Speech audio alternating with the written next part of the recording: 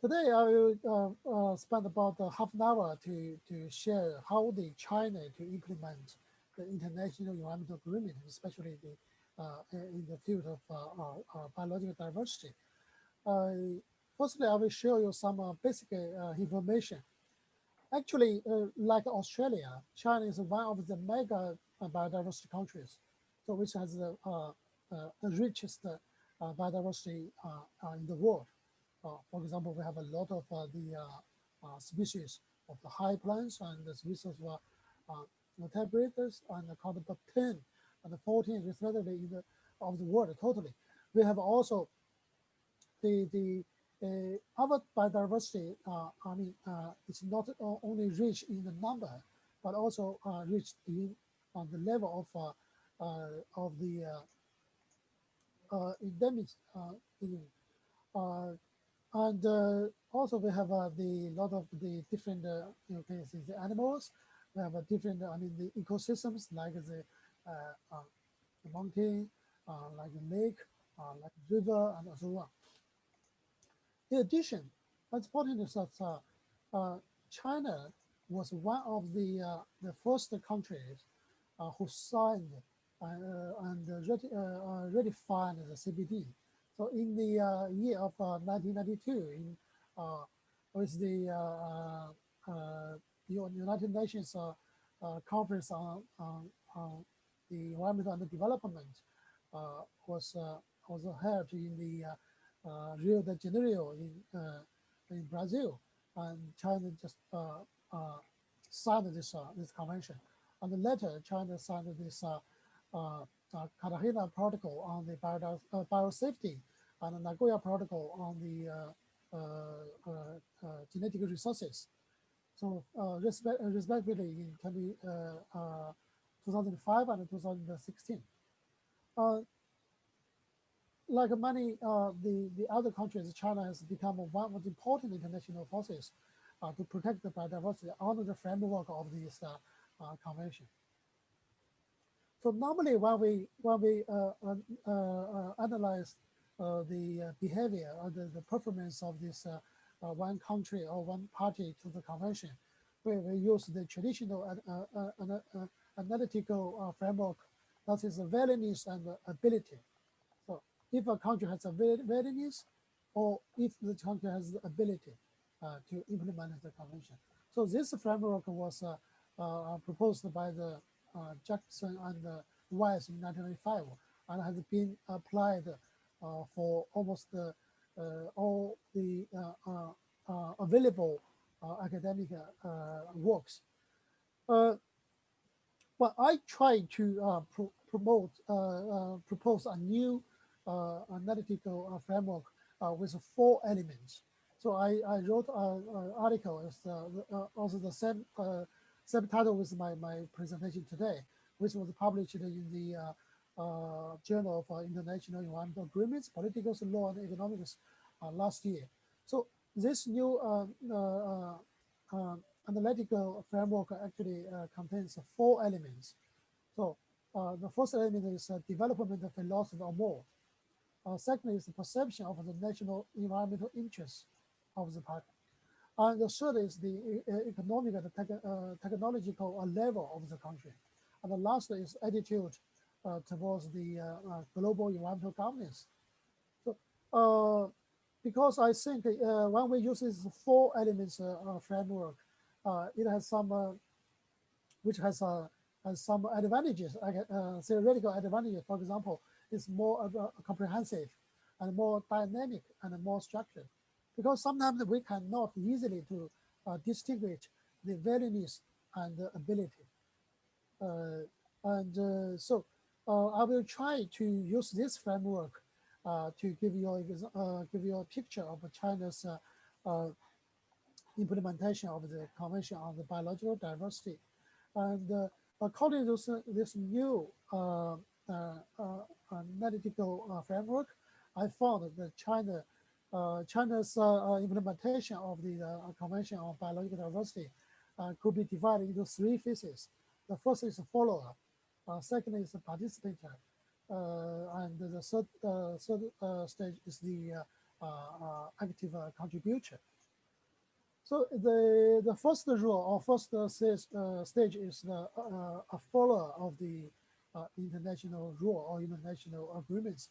That is in the time frame in the 1992 to 2000.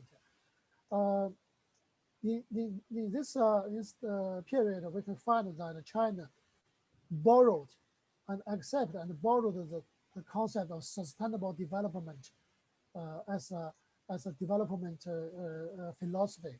So this is very good. So sustainable development was introduced to the international community in 1992, and China attended this UNCED in 1992 in Brazil, and we understand this concept is very good. So we introduced this term, this concept into China, but honestly speaking, so this kind of term has been accepted, but it's not so easy to translate this concept into practice. So we can find that if we review the China's relevant plan or policies related with biodiversity, we can find that those plan or policies are more reactive or passive, or not. Biodiversity normally is a marginal topic in the environmental protection. The second element is the environmental interest. So what kind of interest has been accepted in the law or in the regulations, and we can find that when we examine the existing laws and regulations at that time, almost all the laws and regulations are focused on pollution convention. So, and it still have some laws and regulations concerning the biological diversity conservation, but they are very fragmented. They are related, but not so, the specific. So, for example, we have a forest, the law on the forest, water, grassland, fishery, and on the wildlife and natural reserves. So very fragmented. But we have more laws on the pollution control and prevention. Third is the economic and technical level. At that time, China is at the beginning of the reform and opening up a policy of the implementation. And China has a very rapid economic growth. So it make it's feasible for China to gradually increase its environmental investment and give priority to the scientific support. So to use the economic and technical incentives for the environmental protection, including the biodiversity protection. And at that time, China's international participation is just as mentioned as a follower. China attended the COP from COP1 to COP5, and some preparatory meetings and some thematic meetings on the relevant COP decisions. And China is also a supporter of CBD Secretariat, also some meetings of the UNEP, United Nations Environment Program, and global environmental facilities. For example, China and the Secretariat co-sponsors the Asian Regional Preparatory meeting for the fourth COP in China's High COP. So this is from this elements we can find China is participating in, but more or less is reactively.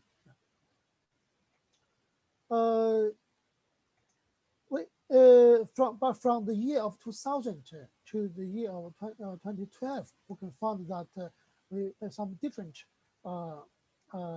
We made some progress actually. Firstly, it's from this environmental development philosophy or the development mode. We can find that China transplant the sustainable development, the international accepted concept, sustainable development strategy into Chinese version That's called as a scientific outlook on development. When we talk about the scientific outlook on development, that means that the older, the traditional outlook on the development is not scientific. So that means that the older outlook on the development is pollution oriented, resources west oriented. So it's not so good. So we need a new and a scientific outlook on the development. So under this strategy, China developed a lot of specific strategies like the national biodiversity plan and action plan, strategy and action plan at the national level. And China also have this is a comprehensive national outline for the protection of the ecological environment. So on the general environmental plan, we have some specific chapters and wordings on the biodiversity conservations.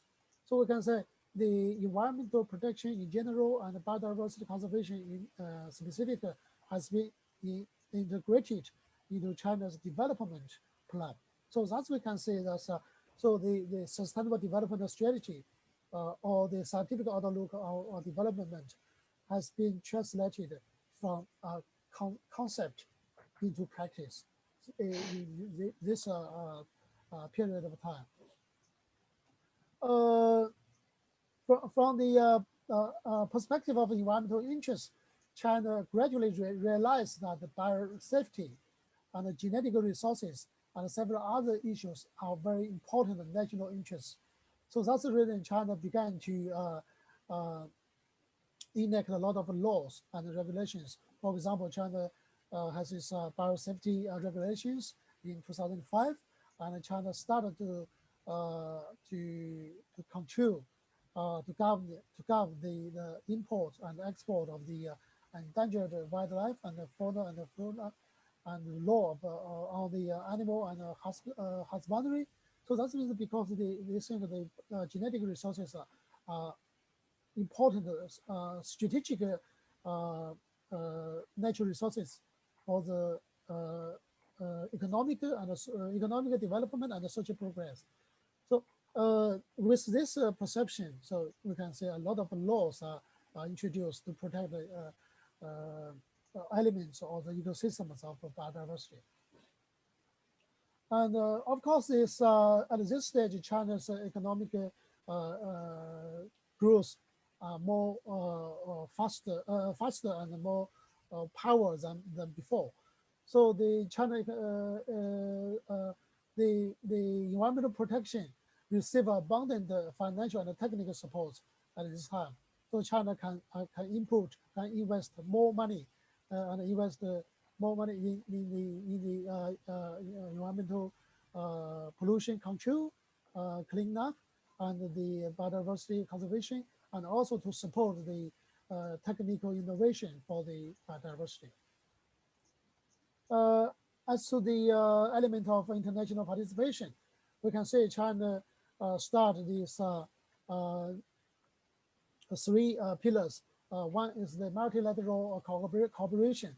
China is actively in coordination among the Convention on the Biodiversity Conservation and the UNCCD on the Convention on combat of the desertification, and the CITES Convention and Ramsar Convention, UFCCC, and so on. So China realized that the Convention on the Biodiversity is not an individual international environmental agreement. So it must be implemented with all other international conventions also. And China paid a lot of attention to the bilateral cooperation, especially with the EU, European Union. So the both sides established the EU-China Biodiversity Program. So the EU invested a lot of money. I think one of the biggest investment in biodiversity in EU's history. And China also provided its in-kind contributions in the field of biological diversity. In addition to the to EU, China also established a collaboration relationship with more than 50 countries from different, I mean, geographic areas, Asia, Africa, and America. I must mention that China paid a lot of attention to the South-South cooperation. So China established a center for the China-Asia environmental cooperation. So under this center, the biodiversity is the main part of the cooperation with the Asia countries.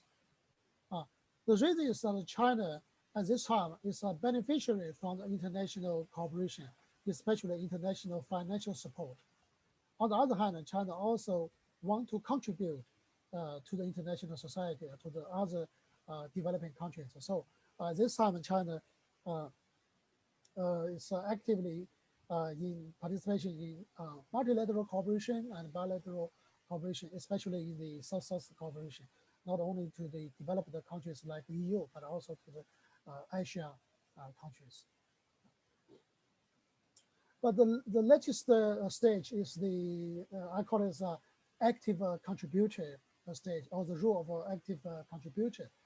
Uh, at this stage, we can find a very, maybe you have heard about this China's new development strategies called as ecological civilization.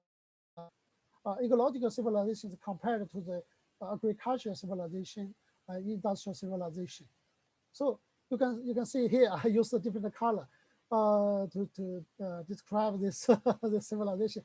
In some way, we can say that the agricultural civilization is kind of a yellow civilization, and industrial civilization is kind of a black civilization because a lot of steel, a lot of pollutions, a lot of the waste, and the ecological civilization is kind of a green civilization. So this ecological civilization has been main guiding a national strategy, not only for the environmental protection and the biological diversity, but the whole is a comprehensive development for the whole China, for the economic, ecological, for the environmental, for the society, for the social, and for the environment, uh, all aspects of the national development. So under this under the guide of the ecological civilization, China issued a lot of I mean the plans by the state council, the central government, and its ministries and departments, all directly on the biological diversity or on the ecological protection. Because in China, actually, normally sometimes we can uh, regard the ecological civilization, ecological protection as equal, which is equal to biodiversity conservation in some way. The policy China introduced the strategy and the principle as a green development and the conservation first. So that means that if we made a problem that the conflicts between the environmental protection and the environmental protection and economic development, the economic development must be limited with the supporting limitation of the environment and the resources. That means that we have now some new system to support that policies, that the green GDP or green audit, or we have ecological compensation, which term is more or less equal to the PES, payment for ecological service, PES. The interest, and China realized that China has a national interest in those elements, in the GMOs, the genetically modified NGOs, the invasive alien species, is access to the and benefit sharing with of these genetic resources and the institute protection. So you could find almost all the important elements of the biological diversity has been regarded as national environmental interests. So China enact a lot of laws and regulations to protect those elements in this period. And I want to mention specifically that China's Yunnan province, which is also the host of this COP15 of the Convention on the Biological Diversity, issued China's the first regulations on biodiversity conservation. So you can see all these laws and regulations in black. That is on the biodiversity elements of biodiversity. But this kind of regulations is the very first integrated or regulations in a holistic way to protect the biological diversity. But it's still at the provincial level, but not the national level. But it's provide insight to the national legislature. Perhaps we have some national laws in the future on the biological diversity. And at this time period, China has become the second largest economy in the world. So both China's total environmental investment and in the proportion of GDP has rapidly increased. And technologies for the biodiversity conservation in China has been consistently updated. So that means we have more and more money and technologies employed in the field of biological diversity. And as to the element of international participation, China's multilateral cooperation is featured as a wide range. So almost that means China attend almost all meetings and very actively. So this is also thanks to the China's economy, because we have the Chinese government provide almost we can say very sufficient financial support to China's delegation to the meetings. At the very beginning of the COPs, COP1, COP2, COP3, COP5, China's delegation maybe only have about 5 or 6 people to all the topics. But now, each time when China sends a delegation to the COPs, it's almost 20%. The government will provide the money to cover their flight and accommodation and the meal and all the costs. And in addition, the delegation, including the government officials, including the technical, professionals, and also lawyers like me. I have been luckily, fortunately, to attend twice, and actually now is the third time to the COP15. So you can see this the structure of the delegation is more rational. So you can see it's, at this stage, China attend almost all kinds of meetings on the CBD, and attend almost all streams: biosafety, ABS, clean house mechanism, traditional technology, traditional knowledge, invasive line species, and so on. And in addition to the EU-China cooperation, China expanded the cooperation with the Central and Eastern Europe countries, and also with the Asian countries. And internationally, ecological conservation is one of the priorities areas for China, added to countries from Near East Asia, Eastern and Southern Africa, and Central and Western Africa. That means at this stage, China is not anymore the beneficiary of the international financial assistance. China is the main contributor to other countries. China did not receive money from the international society. China inputted the provide the money to other countries. So that's that from that short introduction. We can say that China's role in implementing of the Convention on Biological Diversity is gradually.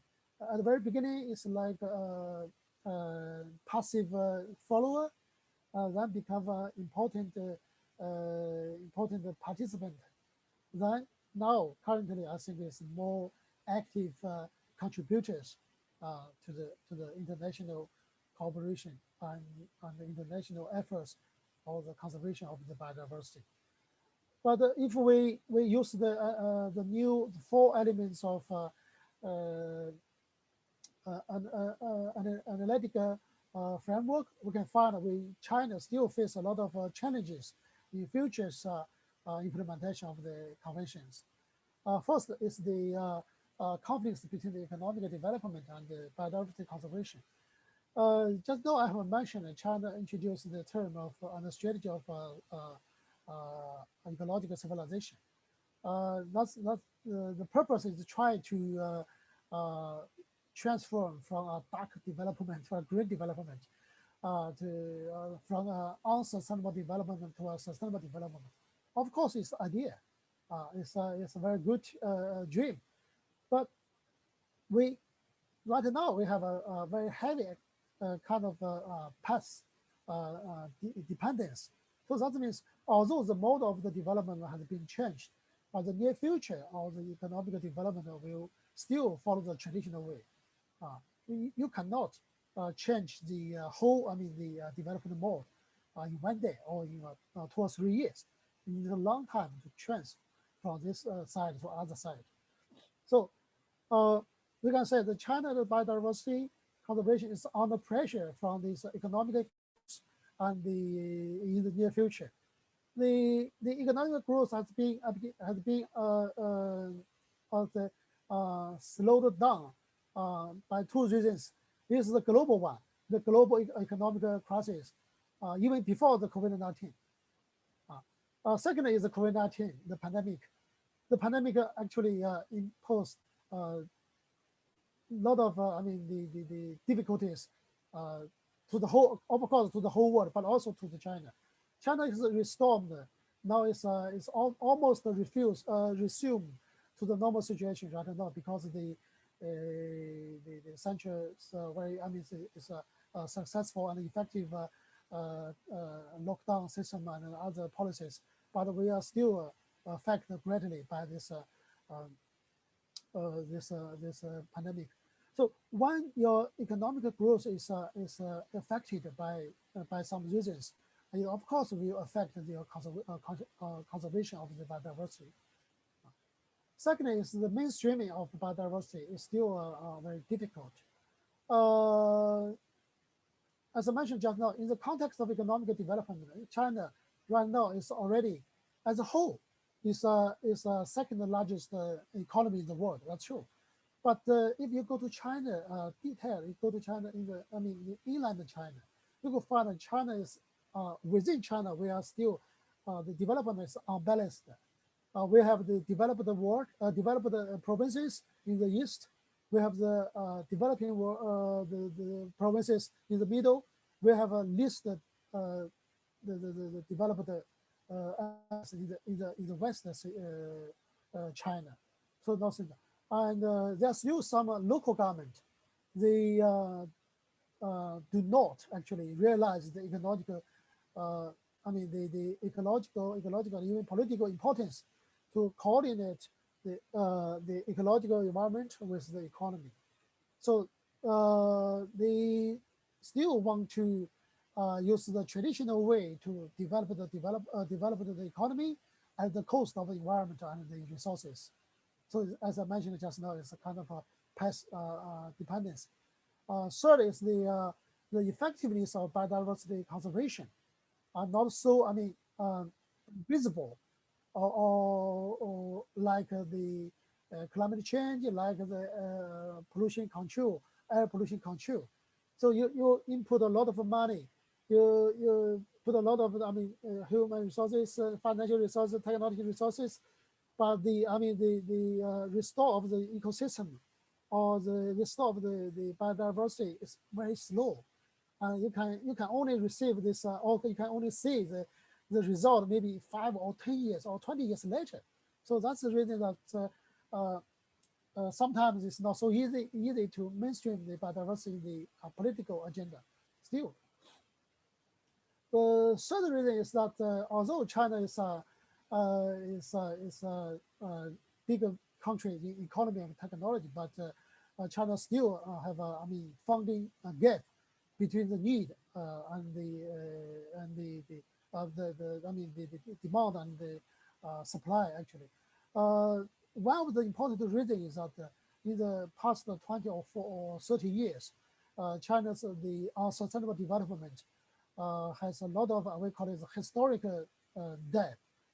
That means that the current situation, the current environmental quality, the current state of the biodiversity situation has been, I mean, heavily destroyed. So we need to loan huge money to restore it. So compared to the need, the current funding and technology support is still not so sufficient. Certainly, the lastly is according to the China's international governance. China, of course, want to contribute more in international society to the international society, especially to the global environmental governance. China, for example, has proposed some I think it's a very good concept like the community of a shared future, ecological civilization. So this as a actually political concept is very good, but as a legal term, as a legal concept, the concept and its content itself are not so defined, not so clearly defined, and it's more. I mean, it's still need more international acceptance at this moment. I think some international, especially United Nations agreement documents, has accepted this concept like ecological civilization and community of shared future, but it still need more acceptance. Secondly, the post-2020 biodiversity framework is very important. It will be should be accepted in the COP15. But for this post-2020 biodiversity framework as a host of the COP15, China still do not have a very complex and very mutual and international accepted proposal to that. So from this way, we can see that China's contribution to the international environmental governance is still challenging. So what kind of opportunities for the China's implementations for Convention on Biodiversity in future? I think the COP15 is an opportunity, is a channel. Right now, recently actually, the CBD secretariat has a very, I mean, busy. They organize a lot of preparatory meetings, and in this process, I think China can do more as a host to the COP15. And on one hand, China as a one mega biodiversity country in the world, if China conserve its biodiversity very well, it's this factor itself is a great contribution to the international conservation of the biodiversity. In addition, not only the national protection of the biodiversity, China needs to do more to protect the global biodiversity. China can contribute more in terms of financial resources, in terms of technology, and in terms of the international goods in many ways. So we are looking forward to the COP15 of the CBD, and we are looking forward to the more contributions from China to other countries, with other countries to the international society. So that's my very short introduction with the China's implementation of the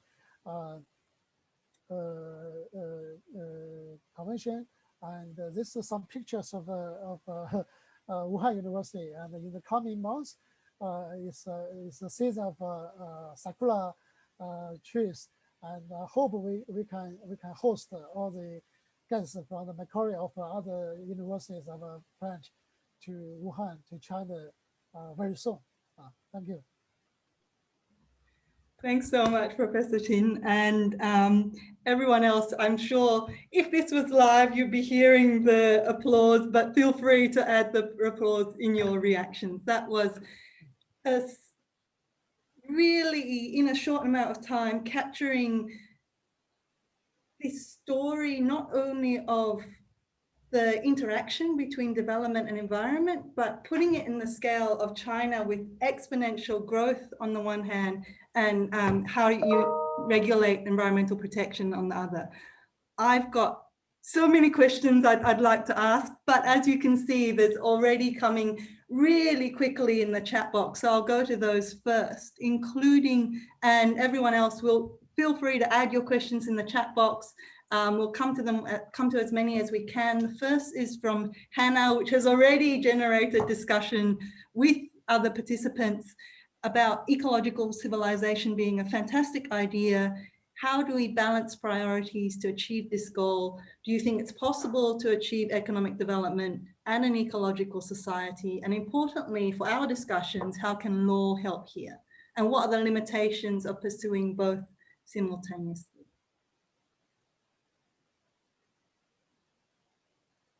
Okay. So thanks. This is a very important question. So actually, we're talking about the ecological civilization. Indeed, as you mentioned, it's a fantastic idea. And now in China, actually, it's not only an idea. It has been translated into strategy, into policies, into laws, into the the concrete actions already. So from from uh, from this way, we can say that China now is trying to coordinate the development of economy and the environmental protection. And as I mentioned just now, China introduced a lot of new systems. For example, the ecological compensation. We have the public interest litigation. This is a kind of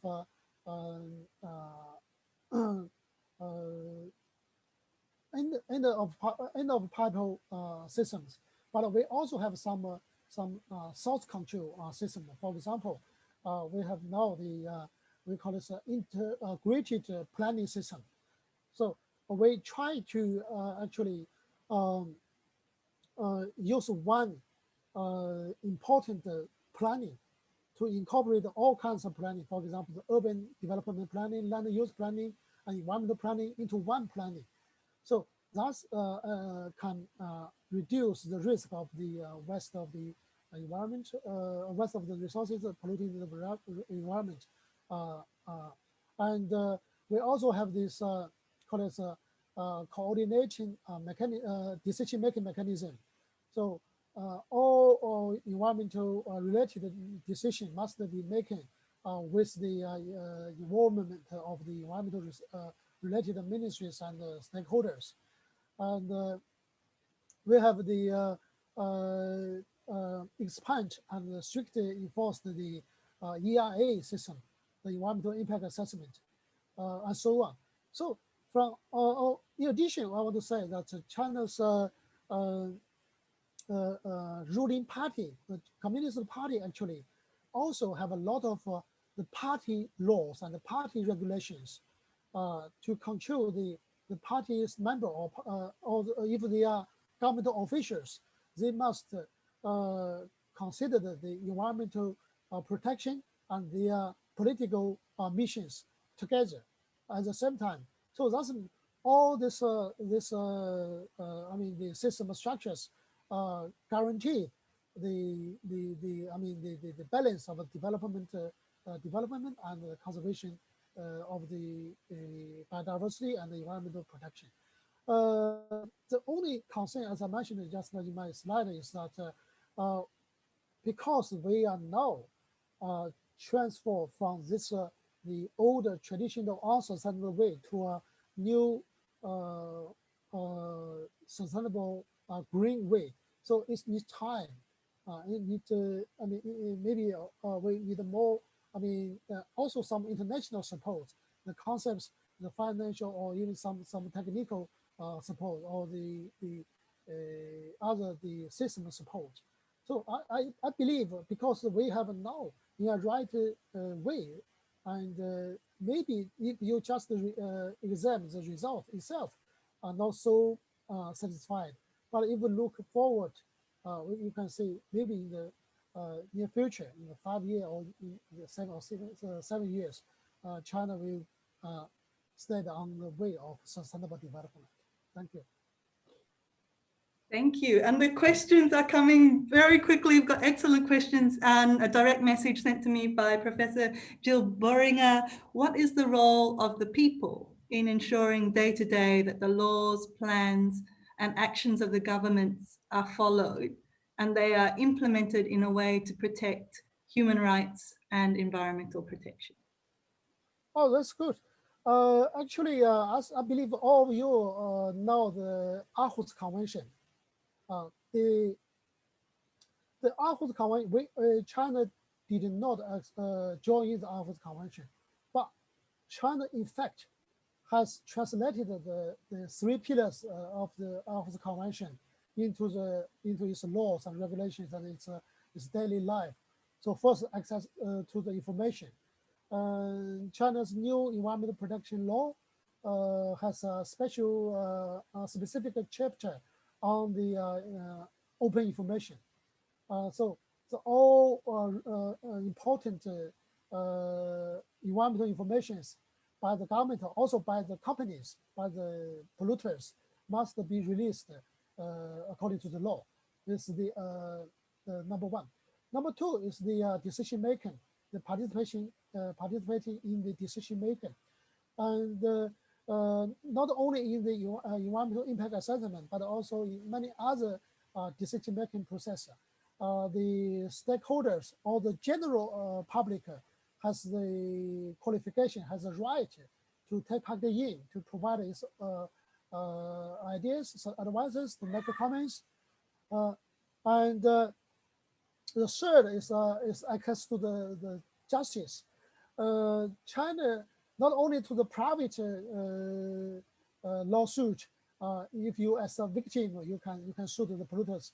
Now China has granted the NGOs, but also granted the government prosecutors to sue the polluters, even to sue the government. We call it a public interest litigation. So this is one of the booming system in China, not only in environmental law, but also in several other law fields. So China has established more than 1,000 environmental courts. At the very beginning, actually, we learned a lot of the experience from the American, from Australia, from India, how the environmental courts operate. But now China has more than 1,000 environmental courts. With environmental courts, only hear the environmental and resources related cases. So this is a procedure rights, if we call it human rights. But we also protect the substantial rights. And there are very hot debate in China if we should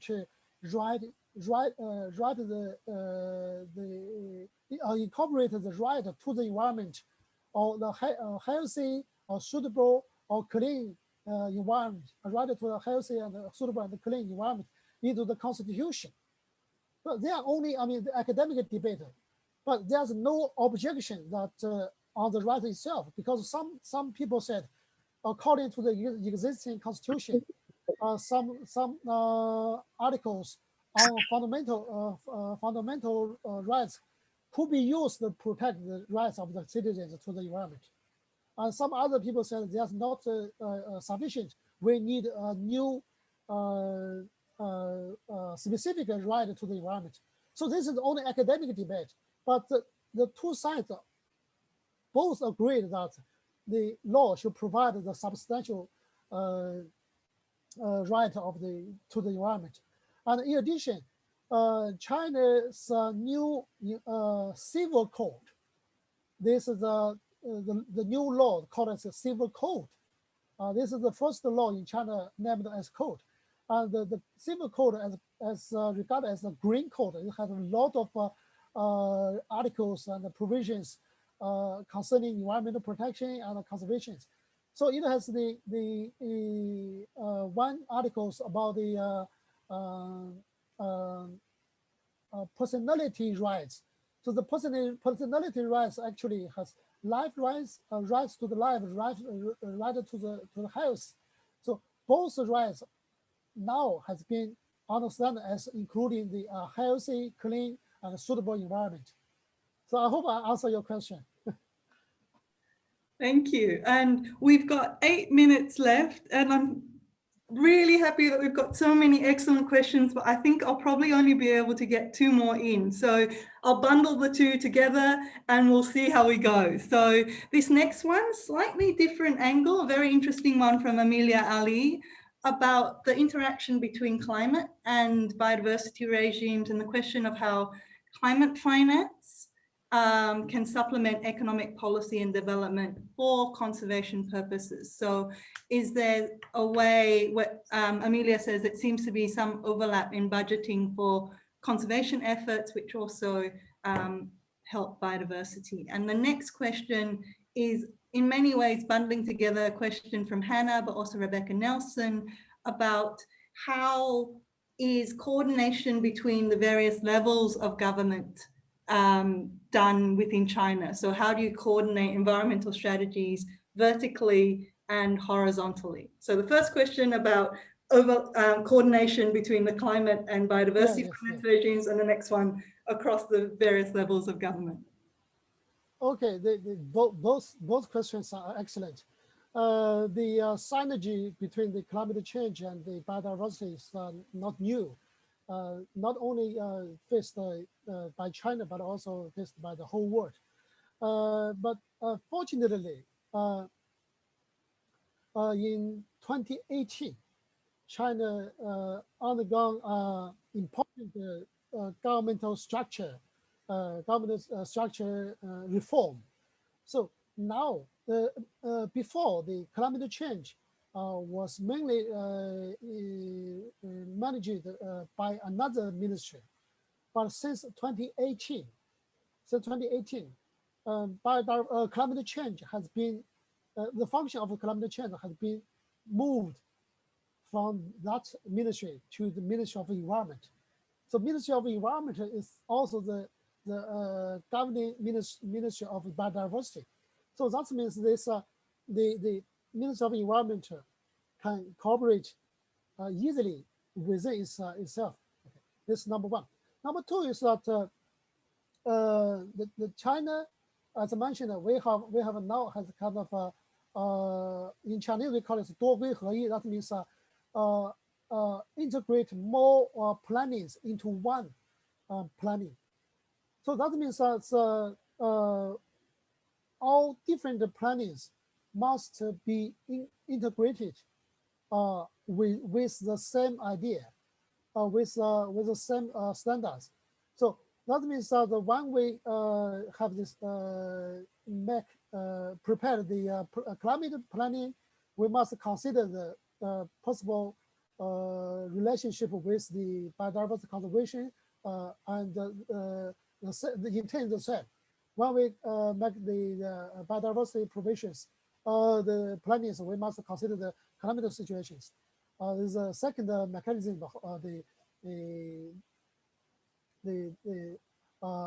certainly is that beside we have the national, we call it the leading group. We have a leading group on implementation of climate change, and the leading group on implementation of CBD. So both leading group is under the national government. So the members of the leading group, so includes almost all important ministries, including for the financial, the forestry, the scientific, and education, and the natural resources, and so on. So from this kind of coordination mechanism, we can guarantee all different opinions could be received and could be considered at the national decision-making level, at the national level decision-making process. So this three aspects. Number one is the Ministry Environment is in charge of the climate change and the biodiversity, and integrating the different plannings into one planning, and the national leading group. These three main mechanisms to support the coordination between climate change and biodiversity. This also answers the question, the second question, at the national level, because we have such kind of coordinating mechanism. But the vertical is that now China is a single system country, not like Australia, not like America. Normally, when the central government set out the goal or the purpose, it will distribute the tasks and the assignments within the different provinces, and the provinces to the different municipals. So this is a very in China is the typical top-down approach. But of course, during this process, when the central government distributes the tasks and assignments to the local government, it also receives the feedbacks or the comments when it makes the decisions. So this is the vertical nature.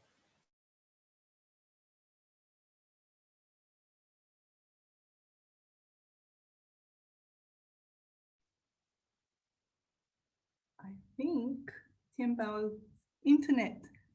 Oh, what a pity. We've lost Tianbao just as we're about to finish. But such is life, I suppose. But thank you all so very, very much for coming along.